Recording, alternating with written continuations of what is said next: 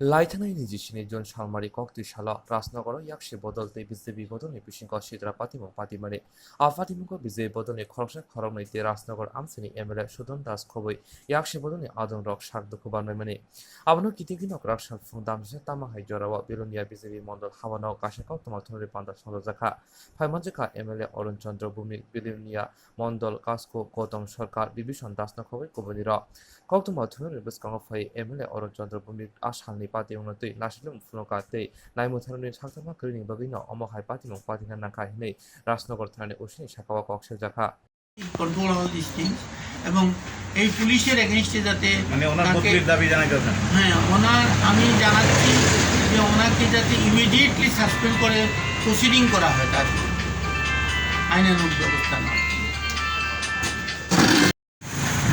এতে পুলিশ এটাতে এদের ডাইরেক্টলি সহযোগিতা করেছে। I never hard such type of thing আমার পলিটিক্যাল লাইফ। আমি 65 থেকে রাজনীতি করি। পুলিশ একতরফাভাবে এদের আমাদের লোকদের উপর টিয়ার গ্যাস ছুড়াতে এরা পালিয়ে যাওয়ারও রাস্তা পায়। এরা তখন আরও বেশি পুলিশ যদি দেখে যে দুই গ্রুপে টিয়ার গ্যাস করতে পারে, দুই গ্রুপ দুই দিক থেকে আসলে তাহলে পুলিশেরও দুইটা টিম থাকতে হবে। পুলিশ দুই গ্রুপে আলাদা আলাদাভাবে আটকাবে।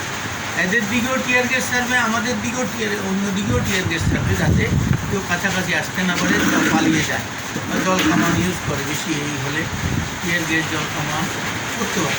কিন্তু সেটা এই যে অর্জুন চাকমা ওসি, সে পরিকল্পিতভাবে সিপিএমের পক্ষে গতকাল মাননীয় চিফ মিনিস্টারের কাছেও আমি জানিয়েছি। তার বিরুদ্ধে অর্জুন চাকমা ওসি রাজনগর পিয়ারবাড়ি। এটাতে তার যদি কন্ট্রোলের অভাব থাকতো তাহলে ফোর্স ছিল এখানে সাফিসিয়েন্ট। সে জানতো আমাদের যেহেতু প্রায়র পারমিশন দেওয়া আছে, জানতো যে এটা মিছিল করবে, তার খবর নেওয়া উচিত ছিল। গোয়েন্দা আছে পুলিশের, তারা যদি রাস্তায় নেমে মিছিল করে সুদন রাস্তারা, তারা একই টাইমে পারমিশনও দেওয়া হয়নি তাদের, উইথাউট পারমিশন তারা আমাদের অ্যাটাক করে। এতে করে আমাদের এগুলো আঘাতপ্রাপ্ত হয়েছে, গুরুতর আহত হয়েছে।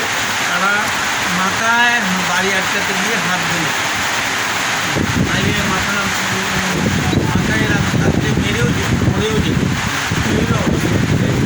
এগুলোর জন্য 27 তারিখ আমাদের রাজনগর ব্লকের আমাদের ব্লক প্রেসিডেন্ট রঞ্জিত সরকার, সে প্রায়র পারমিশন নিয়ে পুলিশ থেকে একটা মিছিল করছিল। মিছিলের এজেন্ডা ছিল যে আমাদের সরকার যে সমস্ত করোনা ভাইরাসের কারণে এই সমস্ত লোক ক্ষতিগ্রস্ত বা আর্থিক অনটনের মধ্যে ছিল, তাদেরকে কীভাবে সরকার সাহায্য করেছে বা করছে, সেই সমস্ত জিনিসগুলো হাইলাইট করা। ওই কৃষকের ধান কিনা হচ্ছে এবং বিনা পয়সায় যে খাদ্য সামগ্রী সাপ্লাই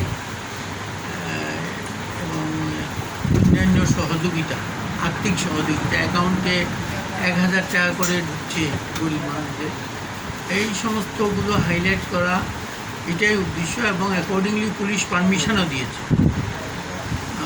পারমিশনের পরে ওরা মিছিল করছিল রাজনগরে। তখন সুদন দাস এখানকার রাজনগরের আর ভাই এবং বিভিন্নদের নিয়ে পরিকল্পিতভাবে আমাদের লোকজনদের উপর আক্রমণ করেছে। এটা পুলিশের সহায়তা ছিল। আক্রমণের ফলে রঞ্জিত সরকার, উত্তম দত্ত, এদের দুজনেরই হাত ভেঙে গেছে। আমি কালকে উদয়পুর হাসপাতালে গিয়ে তাদের দেখে এসেছি। তারা অর্থোপেডিক ডিপার্টমেন্টে আছে। আরেকজন মহিলাও, মিঠু দত্ত সরকার, পঞ্চায়েত সমিতির মেম্বার, ইলেক্টেড মেম্বার।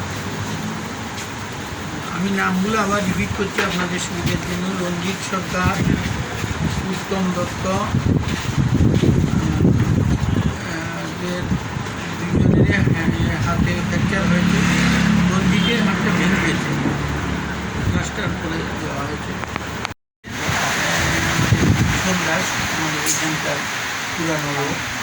গতবার কন্টেস্ট করেছে, ও জানে না যে এইরকম হবে।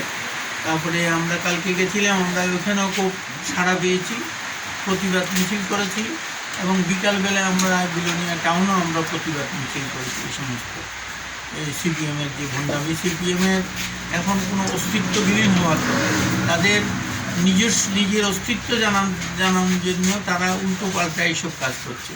সারা ভারতবর্ষে সিপিএম মুছে গেছে। যেখানে সিপিএমের উৎপত্তি ছিল পশ্চিমবঙ্গে একটা সিটও পায়নি সিপিএম। কংগ্রেসের সঙ্গে এরা হাত মিলিয়েছে। যেই কংগ্রেসকে তারা গালাগাল করতো, অলিগলি মে চোর হায়, রাজীব গান্ধী চোর হায়, ইন্দিরা গান্ধীর কালো হাত ভেঙে দাও, গুড়িয়ে দাও, এইসব যাদের স্লোগান ছিল, তারা সেই কংগ্রেসের সঙ্গে হাত মিলিয়েও একটা সিটও পায়নি। এখানেও তারা বিশৃঙ্খলার সৃষ্টি করছে। আমরা সিপিএম যতই বিশৃঙ্খলা করো, আমরা এখানে প্রতিরোধ করব। এটা আমি গিয়ে তাদের কিছু আর্থিক সাহায্য দিয়েছি 3 জনকে। কালকে সন্ধ্যায় গেছিলাম, ডাক্তারবাবুদের সঙ্গে কথাবার্তা বলেছি। আমার আরেক এমএলএ বন্ধু আছে বিপ্লব ঘোষ, ওনাকে অনুরোধ করেছি ডাক্তারদের যাতে দেখাশোনা করে। আমরা আজকেও যাবো বিকালে, দ্রুত আরোগ্য কামনা করি। আমরা আপনাদের মাধ্যমে এইটা মেসেজ দিতে চাই, সর্বত্র আমরা সিপিএমকে মোকাবিলা করার জন্য যথেষ্ট আমাদের এবিলিটি আছে। একটা অভূতপূর্ব সমস্যা করোনা ভাইরাস, তার জন্য আমাদের যে অর্থনৈতিক দুরবস্থা চলছে, সেটা মোকাবিলার জন্য কেন্দ্র সাহায্য করছে। আমাদের সরকারের আন্তরিকভাবে মানুষকে, কৃষকের ধান দিচ্ছে, কৃষকের অ্যাকাউন্টে 6,000 টাকা করে ঢুকছে প্রতি বছর। এই সমস্ত ডেভেলপমেন্ট ওয়ার্ক সঙ্গে সঙ্গে করা হচ্ছে। আপনাদের যদি কোনো প্রশ্ন থাকে কারণ এবং পুলিশ সিপিএমে না, পুলিশ যদি ঠিকভাবে পরিচালিত হতো ঘটনা হইতো না, তাহলে এই ঘটনা হতো না। সিপিএম এ আমি ঘটনা ঘটাইছে, পার্টিকুলারলি পুলিশ একটা থানার ওসির বিরুদ্ধে আমি কমপ্লেন করছি। সিপিএম এ ঘটনা করছে, পুলিশ অ্যাক্টিভ থাকলে ঘটনা হইতো না। এটা অ্যাভয়েড করা যায়। আপনার দুই দিক থেকে যদি 2টা গ্রুপ আসে, পলিটিক্যাল গ্রুপ, তাহলে 2টা পুলিশের টিম করে 2 দিকে আটকানো উচিত ছিল টাইমলি, তাহলে তারা কাছাকাছি আসতে পারত না।